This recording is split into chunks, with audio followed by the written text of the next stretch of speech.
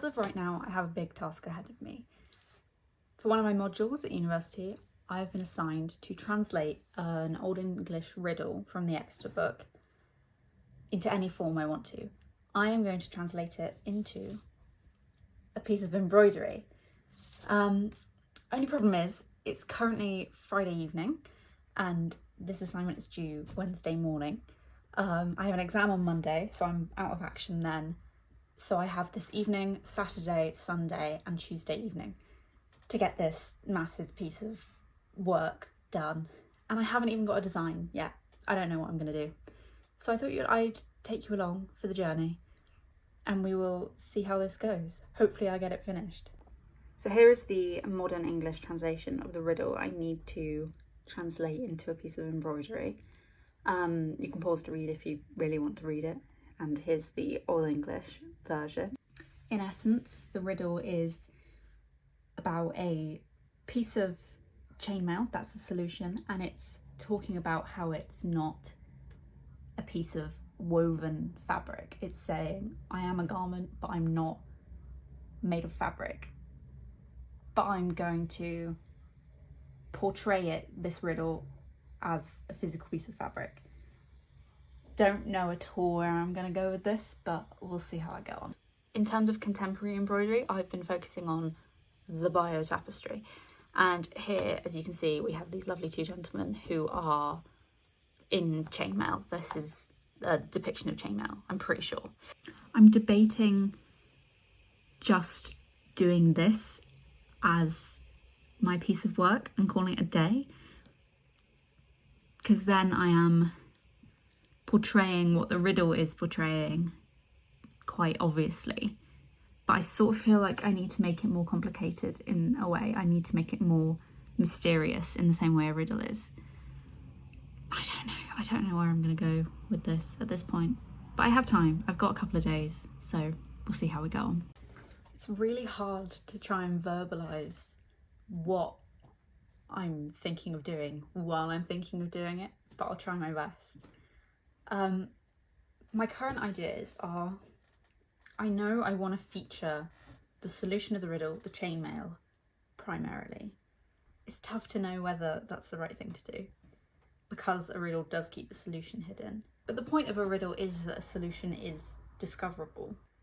And I'm not making a riddle, I'm making a piece of artwork inspired by this riddle. So it doesn't have to be the exact same.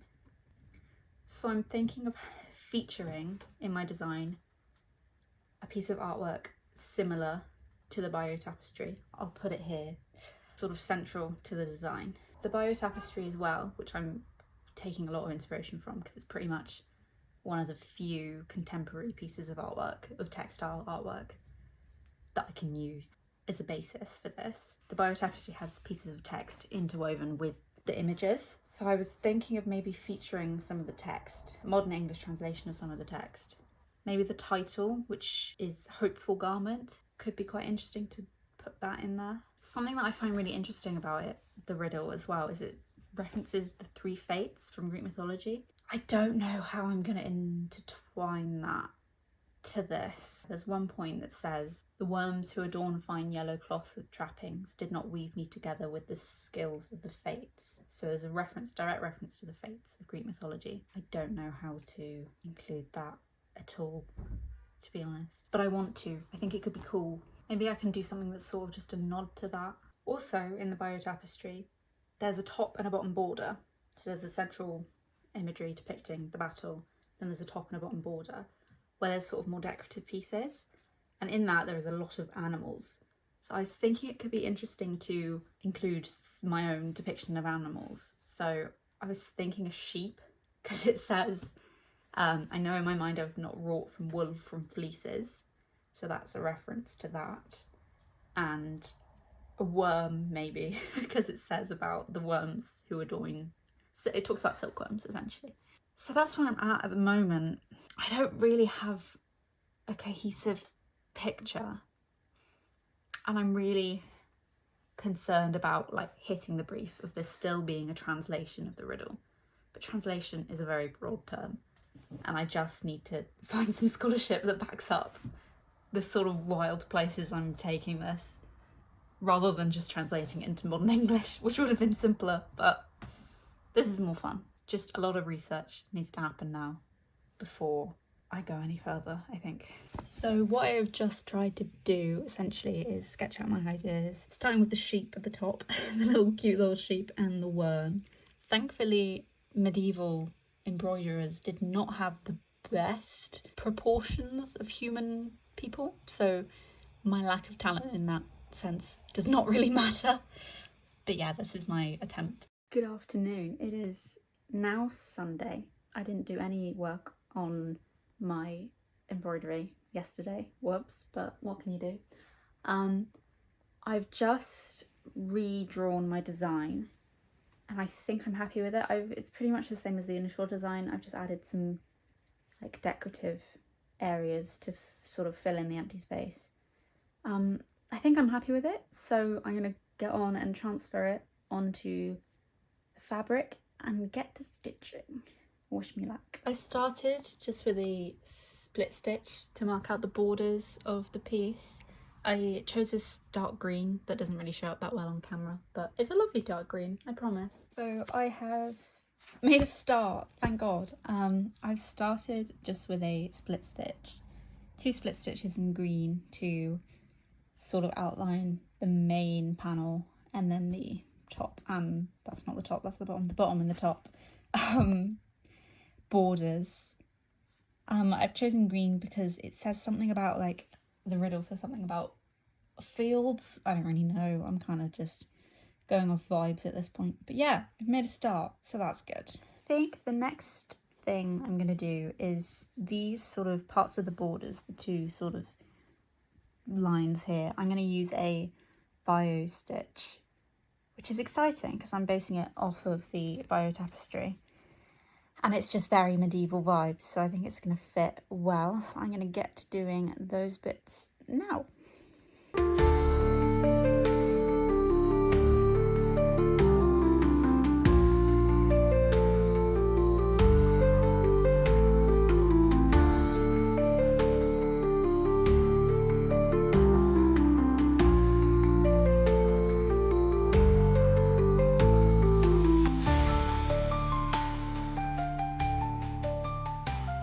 Starting to be hit with a sense of how the hell am I going to finish this on time.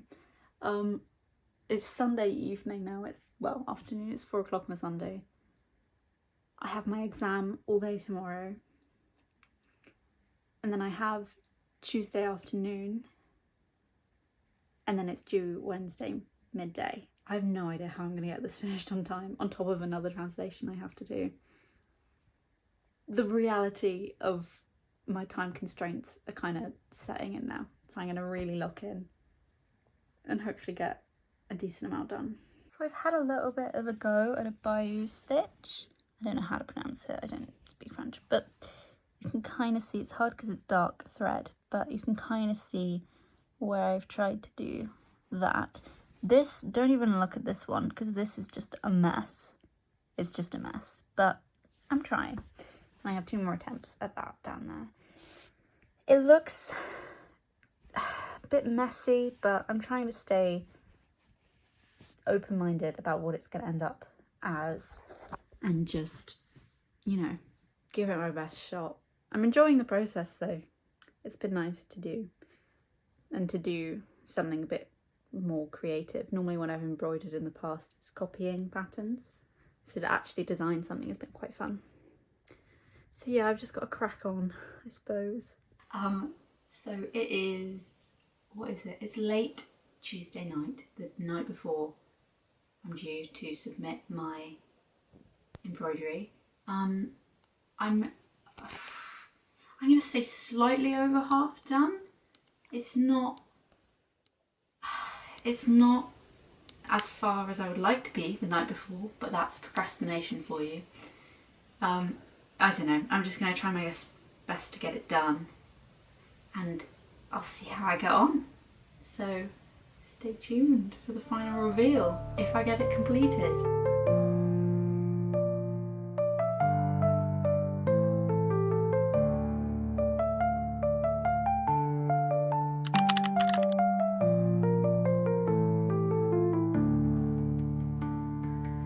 So that was it. That was the finished product. I managed to get it finished about 2-3 a.m. the night before it was due, which is awful and not recommended, and I shouldn't have done that, but what happens happens. I'm filming this a little while after I submitted it, having received my grades back, and I got a 72, which is the first class on this translation. Paired with the other translation I mentioned I needed to do, it was a 68 overall, because the other one was not as good. But I'm really, really pleased that I got such a good grade for it. It was a lot of work and effort in a short space of time, but I'm pleased. I hope you enjoyed the video. Go check out the rest of my channel for other uni content. And I apologise for the mix of quality throughout, because I was switching between a camera and my phone. So thank you very much for watching, and I'll see you again soon.